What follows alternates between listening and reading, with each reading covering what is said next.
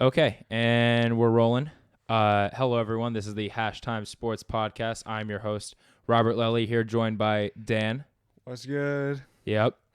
He's on for the first time. And first of all, how you been? I've been doing good. Yourself? Yep.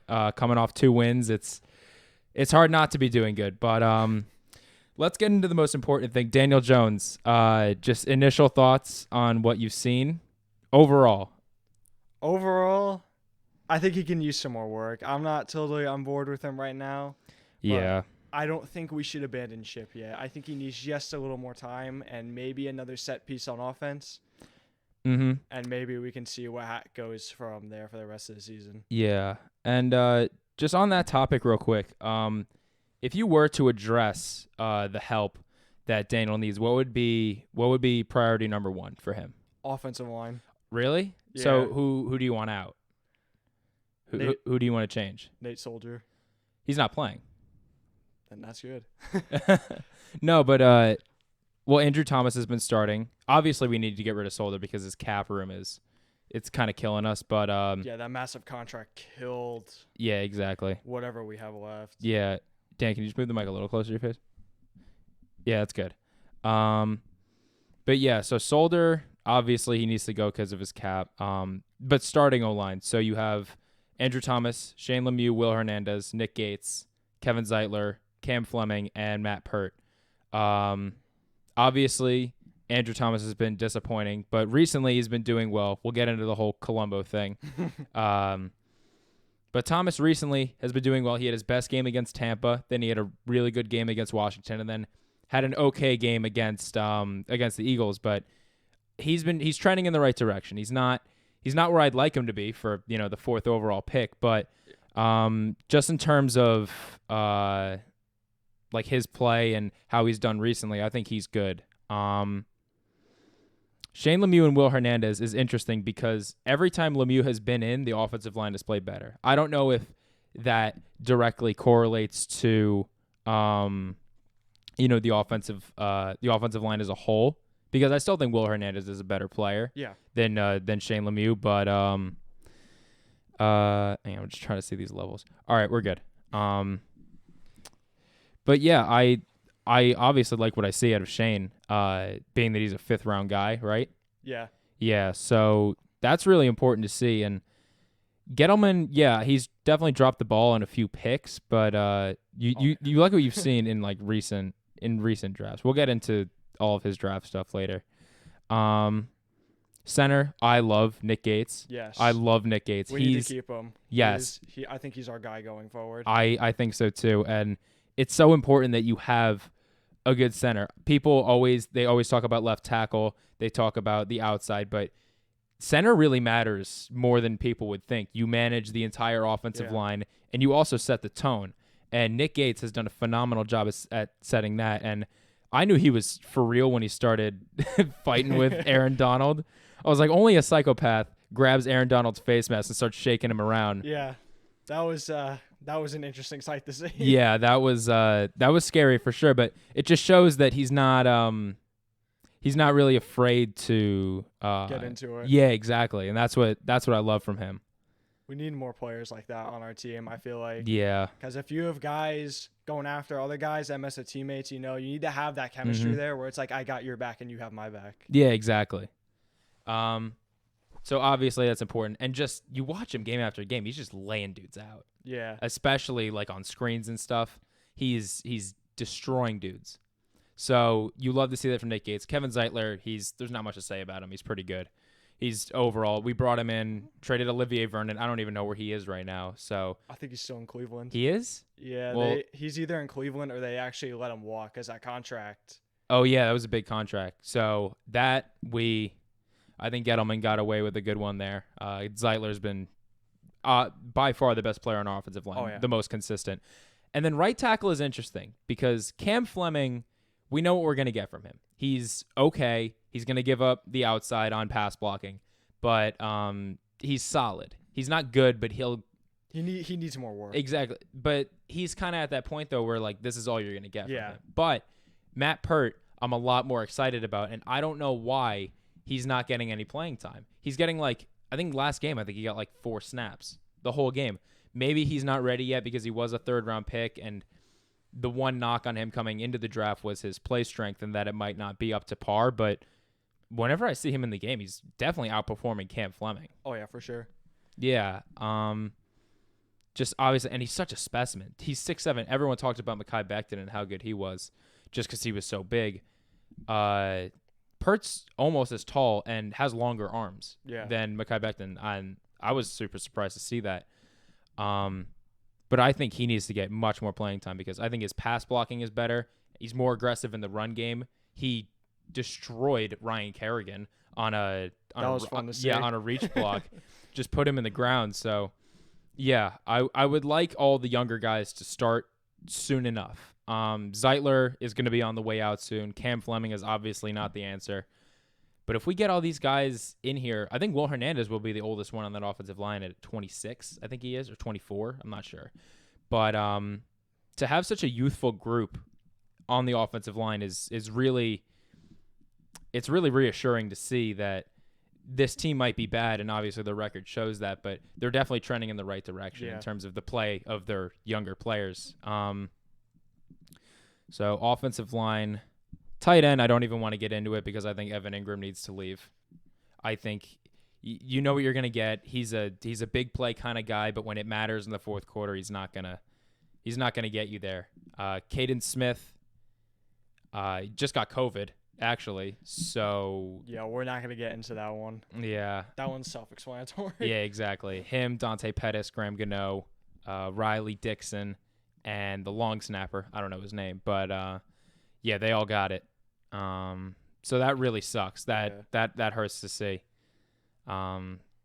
Personally, for me, my problem with Evan Ingram is that he's a wide receiver at tight end. He is. Like his build, he's not the tight end kind of guy. Exactly. He's a glorified wide receiver. Yeah. He can't run block. We've known this. He's not durable. Exactly. He just doesn't really have the size to be a tight end. I think he's like 220. Yeah. Or no, he's 235, I think. 235 probably. So you really can't have that. And that's why I like Caden Smith because he's a true tight end. Dude's like 6'5". He's the actual build for it. Yes, he has the build for a tight end. And he plays better than Evan Ingram whenever he's on the field. Yeah. So, I mean, it would be interesting to see what we could do with Evan Ingram in terms of rotating him in to play because he's such a dynamic player. Like, we can't forget. He's 6'4", 235, and runs at a 4.4. So it is really hard to give up something like that. But you just see it time and time again. We should have 4 wins. That one's on Evan Ingram. We could have started winning against the Eagles, but it wasn't meant to be. And that puts us in a way harder position now with everyone in this division being scarily close. There's no one running away with this thing. And honestly, the winner is probably going to be a 6-win team. So we'll see at the end of the season if that drop by Ingram really mattered or not. But the trip by Daniel Jones. We should also look into that a little bit. Yeah. Well, I have something to say about that. But we scored on that drive, so I'm not going to get too upset at that. Obviously, it would have been nice because it would have set the record for the longest QB run, I think. I think it would have been the longest. I think it was like a 94-yard. It would have been like a 94-yard touchdown. Terrell Pryor has it right now, I think, at 93, I want to say right now. Oh. Yeah, I think Jones would have beat that one. I could be wrong, but it was pretty close. It was close. So Ingram, Caden Smith, Toilola's a run blocker. He's not very exciting to watch. No. Wide receiver for this team is extremely interesting.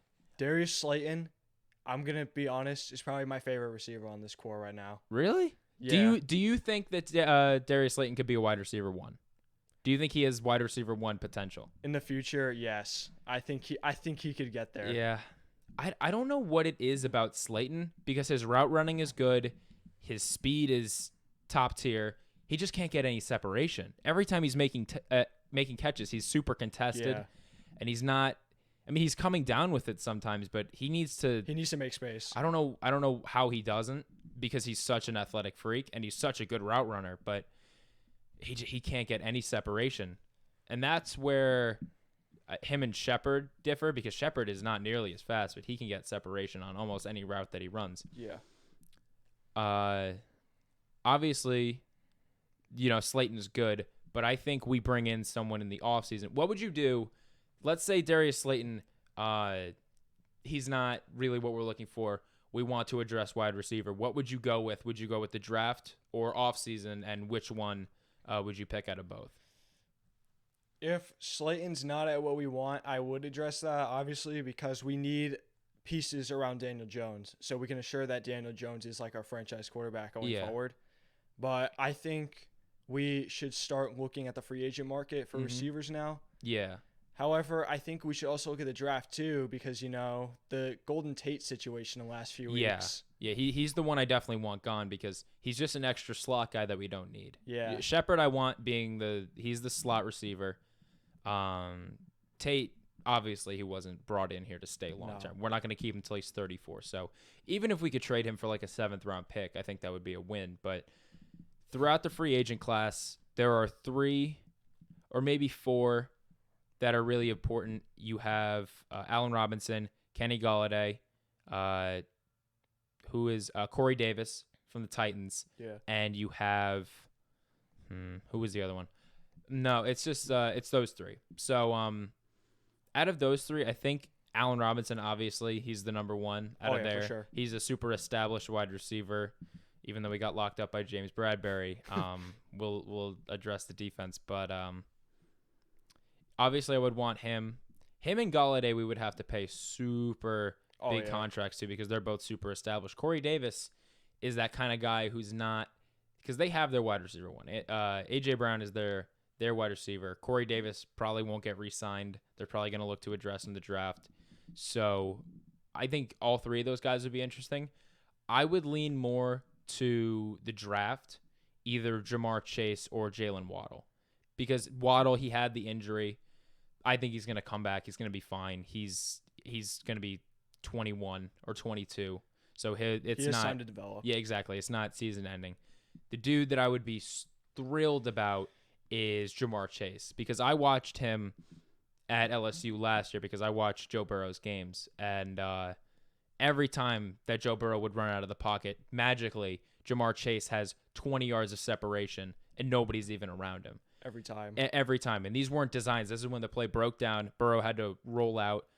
Jamar Chase was always open. And that's the kind of thing that we need for Daniel. We need a guy who's going to get that kind of separation against corners. I think he's by far the best receiver in this class. I know a lot of people love Jalen Waddle because he's such a good deep threat, but Jamar Chase is such a better receiver overall that I would love to see him on this team.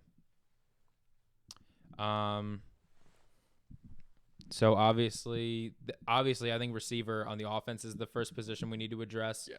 Unless somehow we just like tank the rest of the season, we end up number 3 and we get like Penny Sewell, the offensive tackle from Oregon. He's super dominant. As of today, I think we are 7th or 8th in the draft right now. Okay, I'm gonna do a mock draft for the Giants later, just to get more knowledge on what this draft class has to offer. I only really know the top guys so far, just because college football hasn't been very interesting this year. Yeah. Notre Dame beating Clemson. Okay, I did see the end of that game. That was an interesting game. That was a lot of fun to see. Here's a big point that I don't think is getting addressed enough. Everyone expects Saquon Barkley to come back next year and still be the featured back. But we're seeing that the community backfield, kind of that New England model, and I hate the Belichickian coaches. Brian Flores has been the only one who's worked out so far. But I think that idea for a backfield where you don't have a featured guy, it's proven to work, at least for the Giants. Gallman is, I think, the best running back on this team currently. He's a super he doesn't do anything particularly great, but he's just there. He has such a motor. Yeah. And when he gets the ball and he gets contact, he's not trying to juke around in the backfield. He's just going. He's finding a hole and he's hitting it.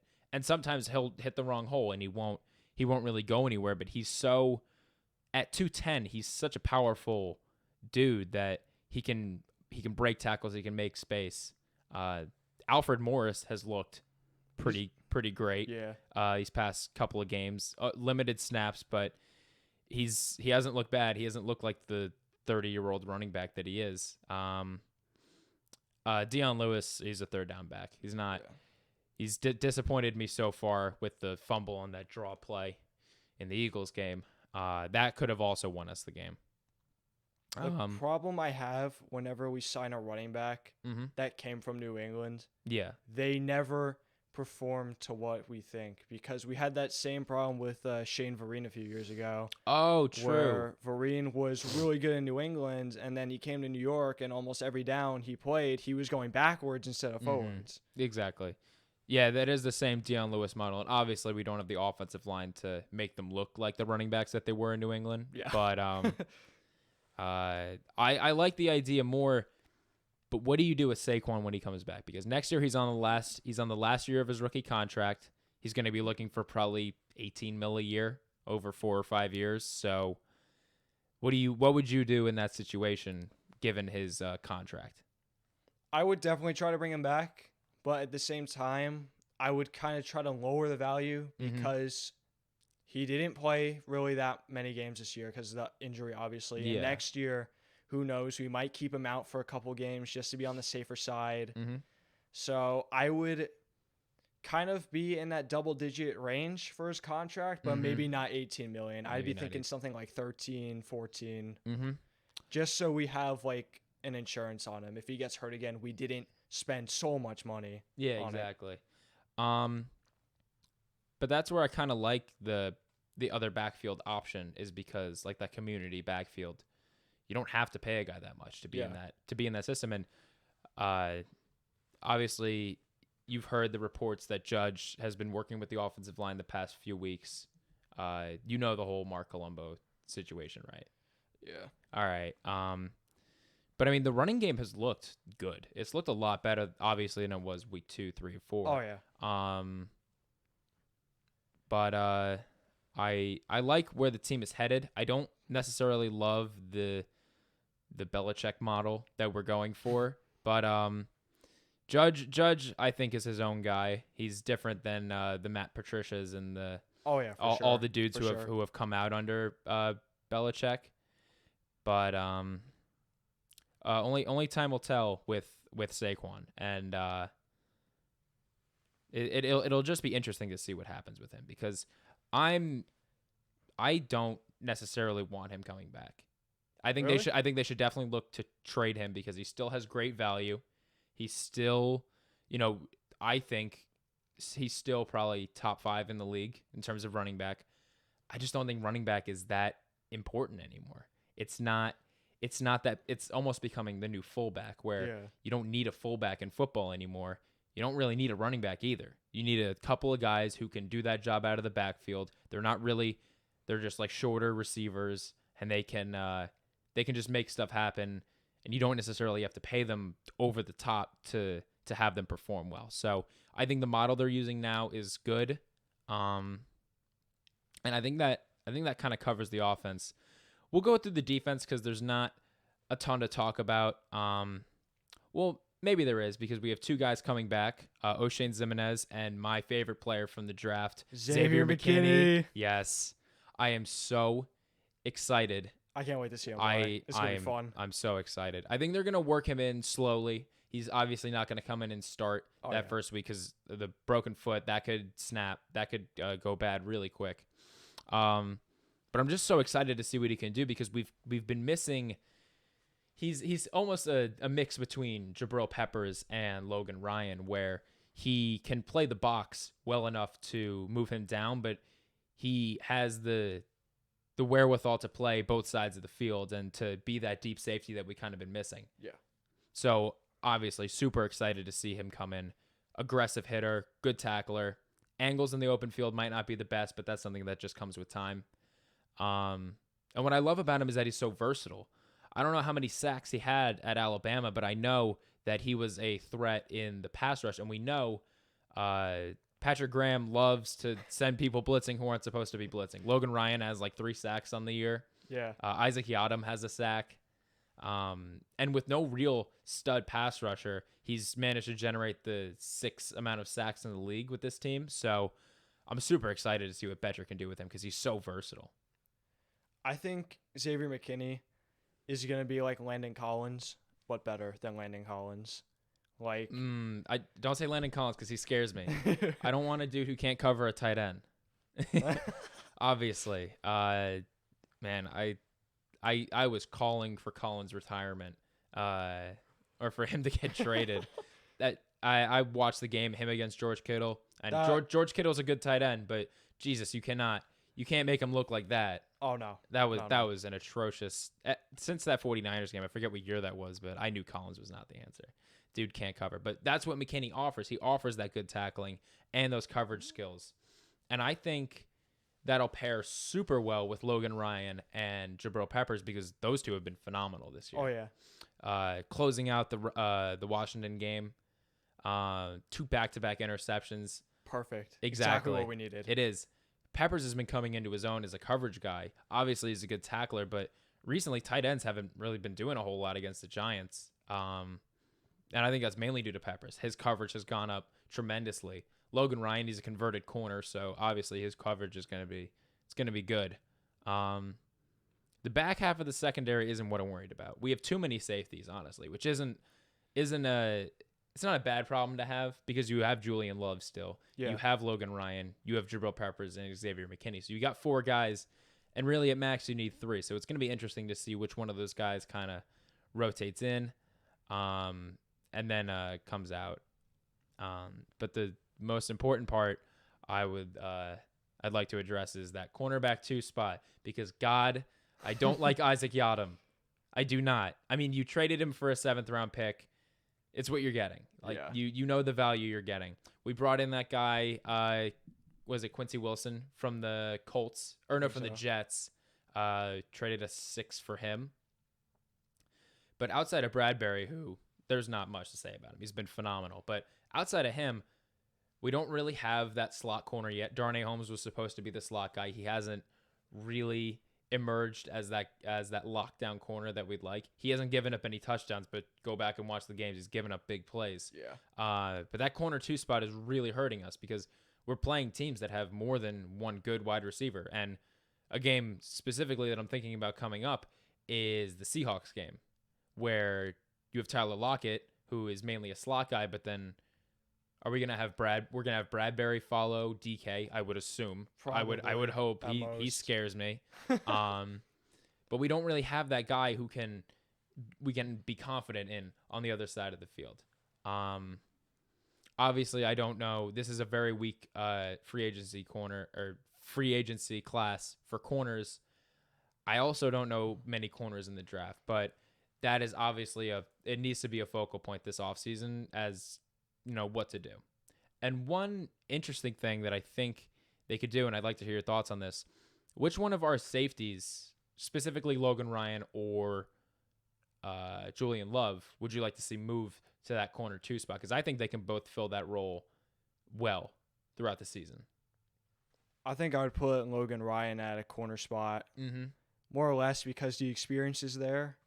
So I think he would benefit being a dual position defensive back more than Julian Love. Yeah. Because we need Julian Love there for the long term on safety to help out, whether that's Jabril Peppers or Xavier McKinney going at the safety 1 spot. Yeah, exactly.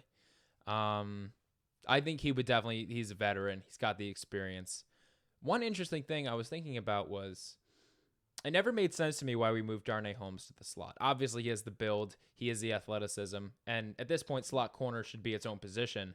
Yeah. The nickel corner, you play so much different than a regular cornerback, but he never played that at UCLA. He was always an outside corner, and I understand you don't want to be 5'10", going up against a guy like DK Metcalf who's 6'4", but in college he never had a problem playing outside corner. That never made sense to me why we converted him to that slot. We didn't have a slot corner, but you bring in Logan Ryan, who that's all he did in Tennessee. All he did was play slot corner, and he was a very good slot corner at that. So I'd like to see them make that move where you put Darnay on the outside where he is used to, and you move Logan Ryan into the slot where he's more comfortable. Obviously, it's going to take time to get used to, and they're probably trying to develop Darnay Holmes as that next slot corner. But I think we have too many safeties and not enough cornerbacks, and you have the weapons in order to make it happen. So I'd like to see them make that move.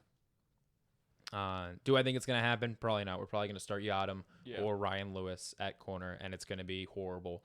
But that's what you have to live with as a Giants fan. They don't address problems like you want them to. It always takes a while, like 3 or 4 years. Our coverage has not been good since the mythical Ben McAdoo playoff run. God knows how we pulled that off. I still can't believe we made it to the playoffs. Because we won by 3 points every game. Yeah. That season was so weird. We made it happen in those games. Like we just kind of pulled wins out of nowhere. But I mean, you saw what kind of team we were when we played Aaron Rodgers. Oh yeah. And he throws another Hail Mary. I miss Rodgers Cromartie. He would be so nice to have. I wish we didn't get rid of him. That was our guy that year. Yeah. That led the coverage. Mm-hmm. Yeah, that didn't make a lot of sense to me, his release. Because he was still a phenomenal athlete. Yeah. Like I didn't see him declining. But I think there were internal issues within the team because they never really opened up on why exactly they got rid of him, and we didn't trade him either. It was just a cut. Yeah, we just released him. Yeah, that didn't make a lot of sense. But I'd love to see how they address the corner 2 spot because I think it's very important because Patrick Graham is a guy who loves to blitz. That's all he used to do last year in Miami was he would just send all out blitzes, and I don't think he has the coverage necessary to send those blitzes yet. So I think if we get that corner 2, he'll have a lot more freedom to do what he wants with the defense. I want to say one thing to Miami. Yeah. What were you thinking trading Mika Fitzpatrick to Pittsburgh? What did they even get in return for him? I think it was like a 3rd-round draft pick, maybe? No, there's no way.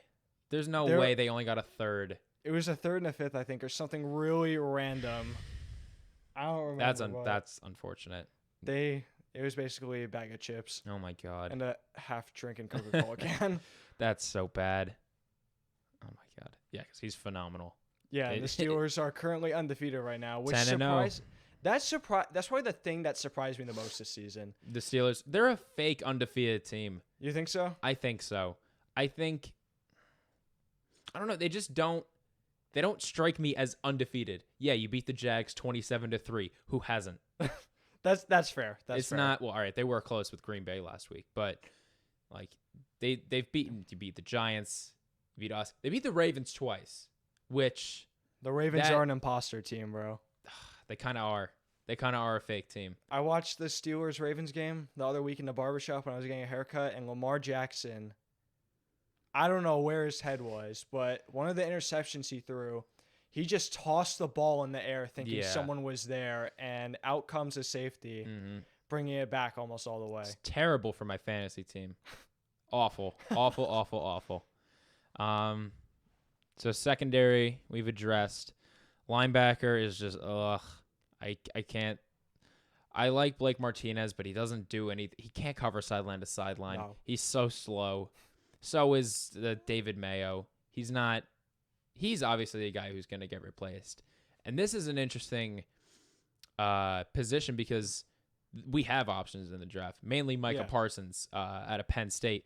The dude is like a jacked Isaiah Simmons. He's humongous. He's got great sideline to sideline speed, and he's a good tackler. He can blitz the quarterback. He's everything you look for in that middle linebacker role. And I think he would be a perfect complement to Blake Martinez because he's a guy who can go sideline to sideline, whereas Martinez is kind of just a run stuffer. He can play the middle of the field, but you put Parsons outside of Martinez. Situation. Yeah, exactly. You have a very, very good situation at your linebacker spot. Other linebackers are edge rushers. One who's coming back now, who's very important, is O'Shane. I am so excited to see him back because as of now, Kyler Fackrell has been the only one to really provide any pass rush from the edge. Most of our sacks have come off of design blitzes, and I really need Zimenez to emerge as that next pass rusher because I think obviously he's got the physical build for it. Yeah. He's got the speed. And I think we have the teachers on defense who can get him there, but obviously it's up to him. He had 4.5 sacks last year on 50% of his snaps, or on 50% of defensive snaps. So I was really hoping for him to come in this year and really emerge, but we haven't seen it yet. Him, Lorenzo Carter, none of them have really. I'm kind of disappointed in Lorenzo Carter, to be honest. I definitely thought there would be more from him since we drafted him, but he's kind of like. Well, I think the injury. I think this was it. I think he's gone next season. Yeah, he'll probably go be a Pro Bowler somewhere else, and just not perform for the Giants like any other player does. But edge rusher, it's not too exciting. Cam Brown, Carter Coughlin, they haven't done a whole lot. I like Cam Brown rushing the quarterback because whenever he goes there, something bad just happens for the other offense. Yeah. Carter or not Carter. Coughlin. No, Cam Brown. He just knows how to disrupt plays like that, and I'd like to see him in more on blitz packages. Carter Coughlin, he's a 7th-round pick. What do you want? He hasn't been very exciting. He sacked Tom Brady, which is that's cool. Didn't win the game.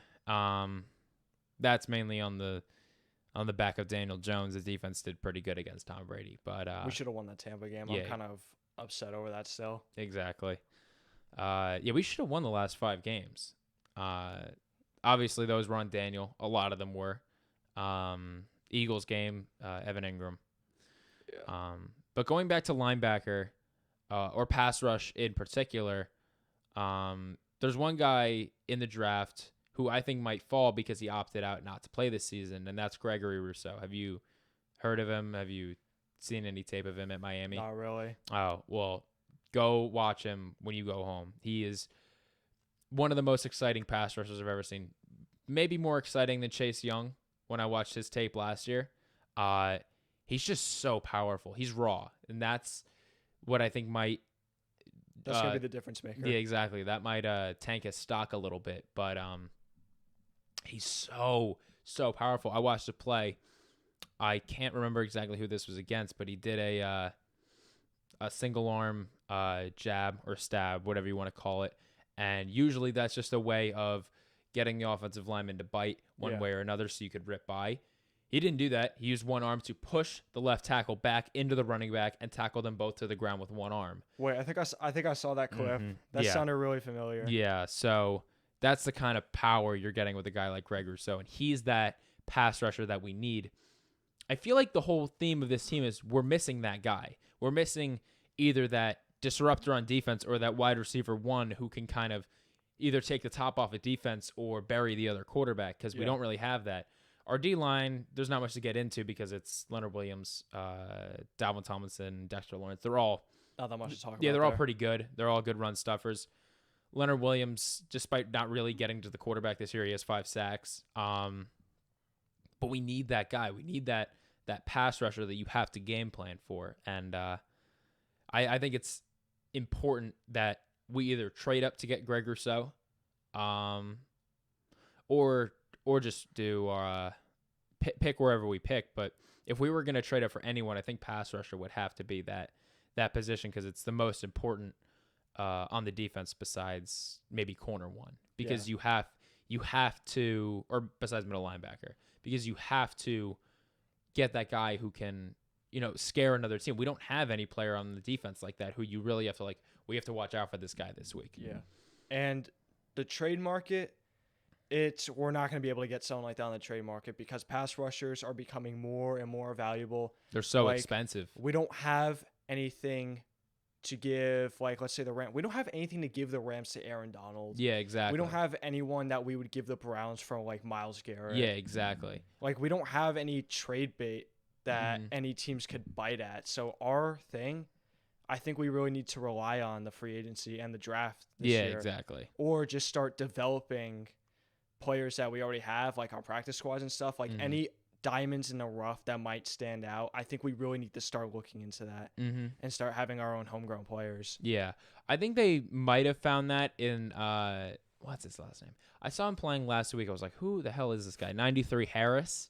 I don't exactly remember his first name. He came in there. He got a sack against Carson Wentz. So that was really good to see in his first game. He might be that player that Nick Gates type of we're going to groom you for 3 years and then you're going to come in. So maybe he's that kind of guy because he was drafted last year. I know that. He has 1 year of experience. It'll just be very exciting to see what they do. Greg Rousseau is obviously my number one choice for pass rusher. Outside of that, you have Shaquille Barrett in the offseason, who he's very good, but he's going to be super expensive. Yeah. He's a premier pass rusher. So we don't really have the money right now to give him. Do we ever have the money for anyone? No, we have no money ever. We pay 35-year-olds millions of dollars to sit on the bench, and that's the one knock I'll give to Gettleman is that he doesn't overplay old guys. Yes, he doesn't manage his free agents very well. He doesn't pay them well. I think the thing that this all comes back to, because if you've noticed the theme, the defense has been fighting, the offense has been fighting. We haven't been out of games. Under McAdoo, the second year, and under Shermer, both years, did you ever see a game that we were losing that you thought, oh, maybe we could come back? I never felt that under those two coaches. I felt it every game except for that 49ers game with Joe Judge. I don't know what he's doing, but he is the thing that everything revolves around this season. Joe Judge is an O-line coach, so he's used to high-intensity work because he's always working with offensive linemen. No, he's a special teams coach. Or that's what he was. Was he special teams? I thought he was O-line. No. He in New England, he worked with wide receivers and special teams. I mean, I'm sure he knows more about offensive line than Mark Colombo does. Oh, yeah, for sure. No, he was the wide receivers coach. He was a special teams coach, and I think you had the right idea about him is that he knows how to work with everyone. He knows how to get guys motivated because if you play special teams, you don't want to play. Yeah. You don't want to go out there and risk your life. He's an intense guy. Exactly. He knows how to get guys fired up and to start and to want to play for him. And I think that's even if we lose every other game this season, I think that's the thing we have to take away from this is that the Giants found their guy. Yeah. I think we found the coach that we're confident in. He's intense. He gets the guys to play for him, which I haven't seen in a really long time. Fourth quarter, we might be down by 10, and they'll still fight tooth and nail to try to win the game, for him. It's up to the front office, though. They need to build a team around him. Exactly. Otherwise, we're going to be looking at another Pat Shermer, Ben McAdoo kind of thing. Because it's usually down to the front office at the end of the day now. Like, we can't keep placing the blames on the coaches. Exactly. Colombo, he's gone. Thank God we have Coach Guggen. Kind of a hard ass, but he gets the job done, especially when he was in Indy. Oh, yeah.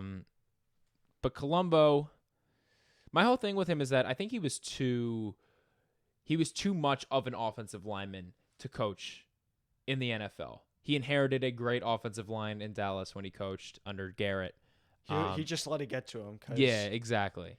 You can have a great line, but you're not going to be a good coach. Exactly. And that's the point. I don't think he was getting his guys to perform because you saw under Judge, because he had been working with them for the past 3 weeks since the Tampa game, or before the Tampa game, and he really got them into shape. There's been a huge improvement. Exactly. On that side. Yeah, you can really, really tell, how they've been doing. Everyone really knows the whole situation. Any Giants fan who's been paying attention to the news knows the situation with Colombo, but this kind of paints a bigger picture with Jason Garrett. And I want to make this the final point. Jason Garrett, he might be running on empty here in terms of I saw a rumor he might not have a lot of time left. I saw a rumor today that he might be gone as soon as the season's over. And honestly, I think it's gonna happen. I think it's going to happen. I don't know if it should happen because one, I don't think you could put Daniel through that for another year. He's gonna have to learn another playbook. He's gonna have to learn another system. I mean, if you're gonna do it now, so you get it out of the way with Daniel. Yeah. And the offense in general, like get them to learn under a new OC sooner than later. But I don't know if it's the smart move to make because you're screwing with his development. Yeah. So far in his career, he's played under two OCs in 2 seasons, which isn't ideal. It's not what you want. But it's gonna be very interesting to see what happens with Garrett, because I think Colombo was just the first stepping stone. I don't think Judge got what he wanted in terms of his offensive coordinator, because he didn't bring in Jason Garrett. That No, was that was a front office. Yeah, that was Dave Gettleman. That was a safe, offensive coordinator hire. Garrett brought in Colombo. And I think with Colombo gone, there's not a lot of time left for Garrett. What would you say the overall theme for this Giants team is moving forward? We're a scrapper team. Yeah. We're gonna be in the trenches these next few games. They're gonna be close games. Yeah. I think we can make it out of the division though. I think we can take the #1 spot in the NFC East. I really hope you're right. I think so too, but I don't think it's gonna be pretty. I think the winner, at best, is gonna go 8-8, 7-9. With how things have been going in Philadelphia these last few games, you've seen the losses. You've seen how Carson Wentz has not been living up to what he used to be. Exactly. And the Redskins, not the Redskins, are Washington. The football team. The Washington football team. I think they're nowhere to be found. They're gone. Well, I mean, they won. All right. They won against a Joe Burrow-less Bengals team. That doesn't count. Rip. Prayers up to Joe Burrow. Yeah. Speedy recovery. That was awful. Cowboys won, but they won against the Vikings. The Vikings are not a real team. We all have a hard schedule. Cowboys have the easiest coming up. So if I was going to pick any team to win, obviously I would pick the Giants, because I think they're definitely trending in the right direction. There's not as much uncertainty with their team. They're definitely trending up. But it's going to be close I think especially with the Cowboys. Washington, I don't think they're going to I don't think they're going to compete later in the season. But I think it's going to be between us and Dallas for sure as to who takes this division, because Eagles are steadily falling out of first place. And the Washington's just a joke. So week 17 it's going to come down to I'm going to be sweating bullets watching that final game, because I think it's definitely going to come down to that. A theme for this team is just perseverance, because you were second in the draft. You were 1-7. You come out against Tampa, you look like a real team, and then you win 2 straight. To go from, they could have easily just sat back and let Tampa destroy them. It's like, oh, we're just going to get this second pick, maybe even get the first pick. We could have been competing with the Jets right now, tanking for Trevor Lawrence. Exactly. Abandon Jones, abandon this offense, start over again. How many times are you going to start over? But I think Judge is definitely saving. He's keeping that situation away with the way he's been coaching. He's been getting these guys prepared, and he's made these guys want to fight. And to fight from an 0-6, to fight from an 0-6 start. Or no, when did we play Washington? This is not coming back to me. Was it like week 5? Week 5, week 6, I think. Just to come from an awful start to the season. I think that's pretty fair to say. Terrible start to the season. To come back and to look like they're trending in the right direction, I have to tip my cap to this team, because they have played above my expectations very recently. I think the team is coming together, and I think this is only the start. I think we can see a solid team within a few seasons. Yes, if everything exactly. keeps trending in the right direction, we get the right guys in the free agency and the draft. Exactly. We make a few trades, probably some questionable trades here and there. We'll probably overpay a 34-year-old linebacker who's not going to start, but it's going to be. I'm finally happy. I'm almost at a loss for words, because I've never felt like hope with this team before. I know. It's so weird to say. When Odell was drafted, that was the last time I kind of felt it, when I was like, maybe we could do something. But now, instead of one superstar, it's a team that's winning, and I can finally see this team maybe doing something. We can't go through a one superstar system anymore. Like, the teams that got us to the Super Bowl, those weren't one superstar teams. You had Eli, a whole team. You had the wide receiver core of Manningham, Cruz, Nix. All those guys work together in a system. Exactly. And I think now we can have that again. But the question is, what is the missing piece? Who do we get to make sure that we're finally on the track to making it back to the playoffs, to getting a Cinderella Super Bowl. Mm-hmm. Well, unfortunately, we have Dave Gettleman making those decisions. So we're going to get some washed up Panthers player. Exactly. There's no telling who that player is going to be. But I trust in Gettleman. I trust in Judge. And I don't trust Jason Garrett, though. That's fair. That's completely fair. But I'm excited. This has been the Hashtime Sports Podcast with Dan. Hopefully he'll be coming on a lot more often. For sure. Yes. But that's it for this episode. Go Giants. Peace.